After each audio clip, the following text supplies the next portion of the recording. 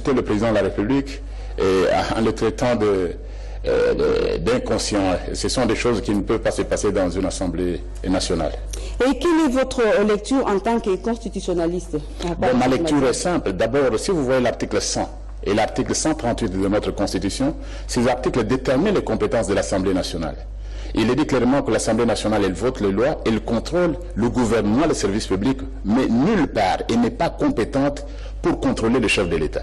Et à l'article 138, on vous donne les moyens d'action de l'Assemblée nationale, et puis des motions peuvent être suscitées, mais aucune motion ne peut constitutionnellement concerner le président de la République. Or, c'est ce qui s'est passé aujourd'hui. Il y a eu, de mon point de vue, une sorte de dérive au niveau de l'Assemblée nationale, dans le sens où l'Assemblée nationale a voulu, d'une façon ou d'une autre, interroger les actes du président de la République, alors que celui-ci est irresponsable et en aucun cas, même ses discours, ne donnent lieu à aucun débat. Et c'est vraiment une dérive qui a été tolérée aujourd'hui à l'Assemblée nationale.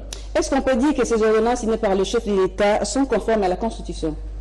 Les ordonnances sont parfaitement conformes à la Constitution. Le problème dans notre pays, madame, c'est que des gens critiquent parfois sans voir les textes. Eh bien, quand on est intellectuel, quand on est scientifique, avant d'émettre une critique, il faut voir le document. Voilà les ordonnances qui sont critiquées. Il y a des ordonnances, l'ordonnance 62 et 63, qui nomment les mandataires. 62, c'est à la SNCC, 63, c'est à la Gécamine. On a dit, d'aucuns ont dit qu'il ne se référait pas à la Constitution. Faux. C'est vu la Constitution, spécialement articles 79 et 81. D'autres ont dit non, voilà, ces ordonnances n'ont pas été contresignées par le Premier ministre. Madame, vous avez ici la signature du Premier ministre, le contreseing du Premier ministre.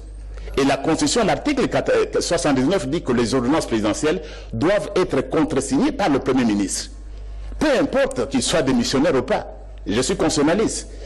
L'article 79 parle contresigné par le Premier ministre. Et à l'heure actuelle, ou à ce moment-là, le Premier ministre, c'est Bruno Tchibalé, il a contresigné. On a également dit qu'elle n'était pas prise sur proposition du gouvernement. Mais où est-ce qu'ils ont trouvé ça? C'est nos amis. Et ils font peut-être du saute-mouton en droit constitutionnel. Il y a des saute-moutons qu'on voit ici dans la ville. Voilà, c'est sur proposition du gouvernement. L'article 81, qui lise, eh bien, partant de tous ces éléments, le président de la République a agi dans une matière qui relève de sa compétence. Le président de la République a pris une ordonnance conformément à l'article 79 et l'ordonnance a été contresignée par le Premier ministre, c'est fait, et elle était sur proposition du gouvernement.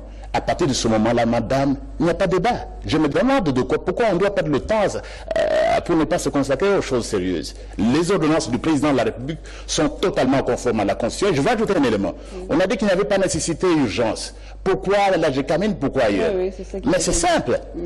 Le président de la République, regardez l'article 69, chef de l'État, représente la nation, il veut au respect de la Constitution et il assure la continuité de l'État. Mais madame, qui peut aujourd'hui, mieux que Félix Tshisekedi, apprécier la nécessité d'urgence? Ce n'est pas un professeur d'université comme moi, ce n'est pas un député. Lui, c'est l'élu de la nation, c'est lui seul. Et il est le premier des Congolais parce qu'il a été voté par l'ensemble du peuple. Certains d'entre nous ont été votés dans leur circonscription.